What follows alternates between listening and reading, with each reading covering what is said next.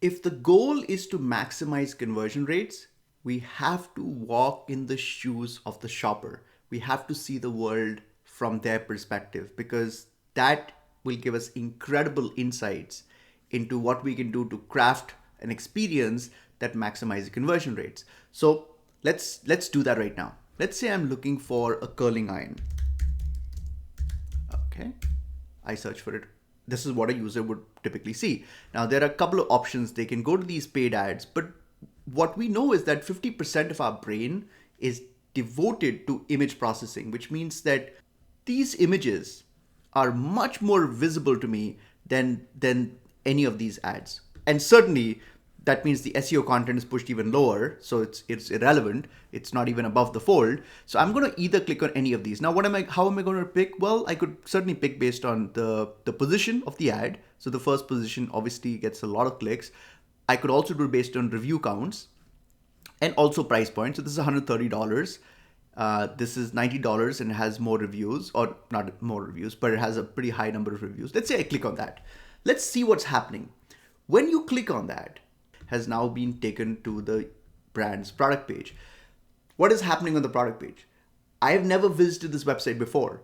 I don't know who they are. I don't have context about what their product ranges are. I've literally clicked on an ad and I've been dumped on their product page. And this is actually the reason why product pages matter so much, because the user is directly coming to the product page. Your product page essentially is not just your home page or not just your category page.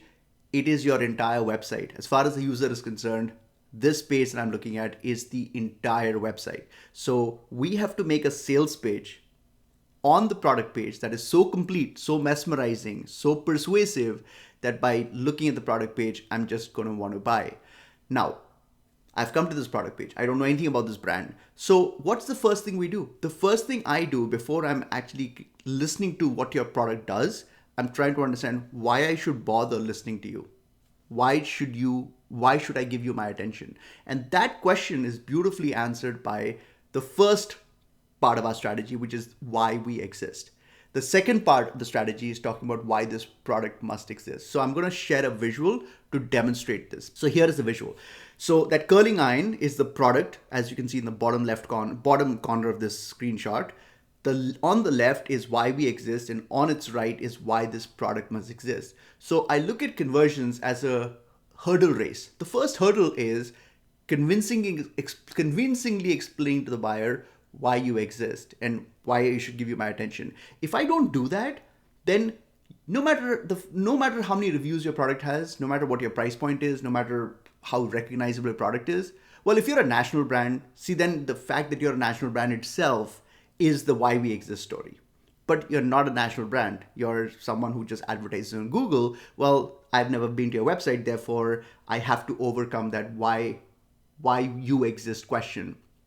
Once I overcome that, that's when I will pay attention to what your product does. So the why we exist question is super, super, super important.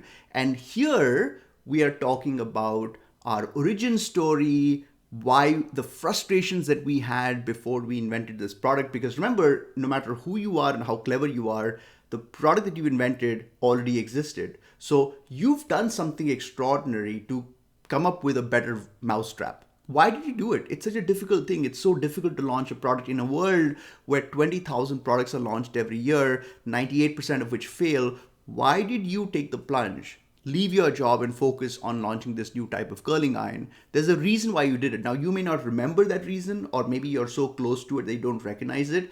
My job is to extract that from you. And that effectively is the why we exist story. The next story is why this product must exist. Well, why must this product exist? What does this product have that I can't find in a cheaper alternative? What does your product have that I can't find in a Walmart? What does your product have that I can't find on other products that are advertising for the same keyword? There's a very compelling reason for that as well. Remember, here's the thing. Sometimes I find clients struggle with this question because they're like, well, I don't really know what's truly unique about my product. Well, something is very unique about your product. Think about your sales data. Look at your sales data every day, every week, every month. Hundreds, if not thousands of people are taking this incredible risk of pulling out their credit card, entering their credit card on your website, and buying your product for the very first time. Why are these people doing it? So something about it is really compelling. We have to reverse engineer that to really understand what that is and then create a story around it to properly articulate what that is. And that's what we're doing in this bucket of why this product must exist. I hope this has given you some interesting insights.